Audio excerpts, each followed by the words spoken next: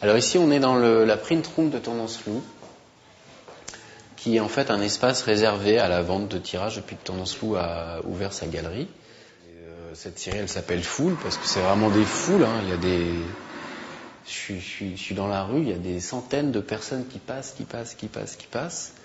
Et chez chacun, on trouve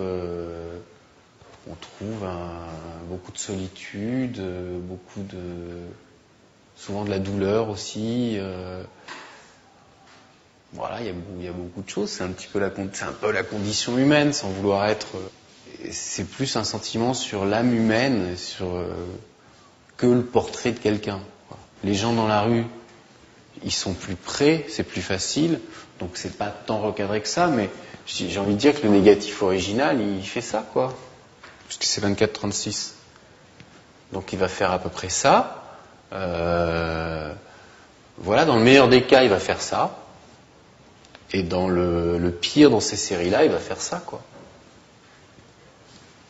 Donc je reprends une partie du négatif ce qui fait qu'en traditionnel, moi je me retrouverai, peut-être sur cette série c'est encore jouable, mais je me retrouve vraiment au plafond avec l'agrandisseur, quoi, pour avoir un format comme ça. On met un travail en route et donc on va mettre une technique appropriée à ce travail. Moi, dans ce cadre-là, pour moi, c'est la technique la plus appropriée. Vu que je suis obligé de passer par un scan et ensuite de faire mon tirage d'après un fichier numérique. Donc j'ai deux solutions, j'ai ou du jet d'encre ou du cartolina lambda avec un procédé laser. Moi j'ai fait des essais, au niveau de la conservation de toutes ces choses-là, a priori c'est la même chose.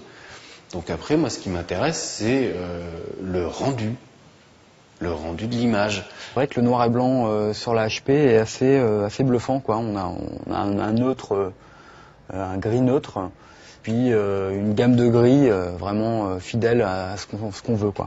On utilise principalement deux papiers, donc le satin, ce qui est le cas sur ce tirage, et le HP Anémule aussi, qui est un papier mat très épais, qui fait 310 grammes, je crois.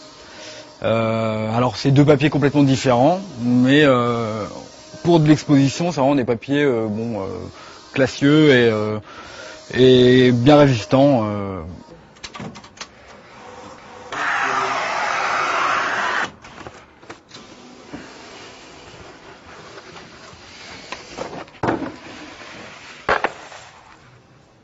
Le principe de cette imprimante pour moi, c'est quand même de pouvoir lancer des photos assez rapidement sans trop se prendre la tête sur de la technique. Et l'utilisation est quand même assez facile une fois qu'on a installé les profils papier. Il n'y a pas trop de difficulté d'utilisation. Je veux dire, moi je l'utilise comme si j'utilisais une petite imprimante de bureau sans problème, quoi. Le grand avantage de cette imprimante, c'est la restitution des couleurs, quand même vraiment fidèle. Et pour le noir et blanc, un noir et blanc très neutre. Ce qui est vachement recherché quand même chez un photographe, c'est de pouvoir avoir un gris neutre et puis des couleurs fidèles à ce qu'il cherche. La calibration ne bouge pas, donc moi depuis janvier, à quelques mises à jour près, le résultat reste le même. Je veux dire, on n'a pas de dominante couleur qui arrive. On a un résultat irréprochable sur la durée. Avant, j'utilisais du lambda cartoline, mais la base étant un fichier numérique. Bon, j'ai essayé avec la HP.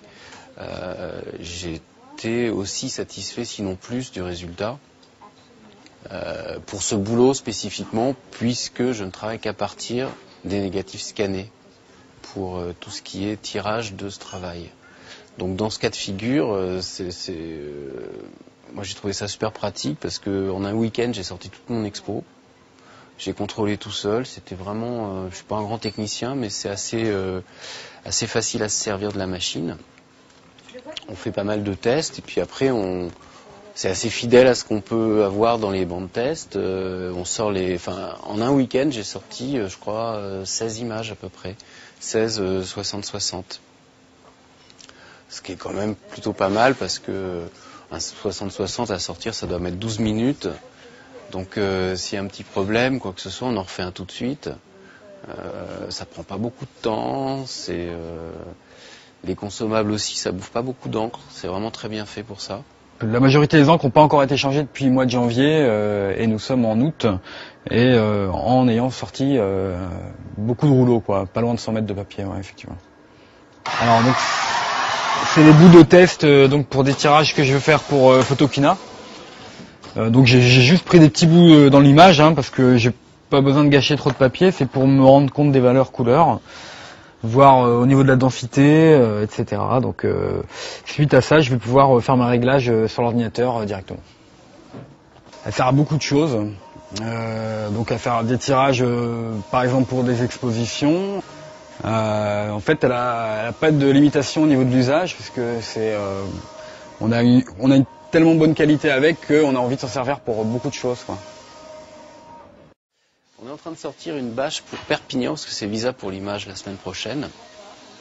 Et en fait, c'est une des utilisations de cette machine, c'est de pouvoir faire des bâches, entre autres, et là en l'occurrence, c'est la bâche qui correspond à la couverture du Made in India, qui est un projet éditorial que Tendance Loup mène depuis 2 ans maintenant, et qui consiste en fait à investir un pays avec tous les photographes de Tendance Loup et 2 journalistes, et à faire une espèce de performance, puisqu'en 15 jours, en fait, on fait un magazine.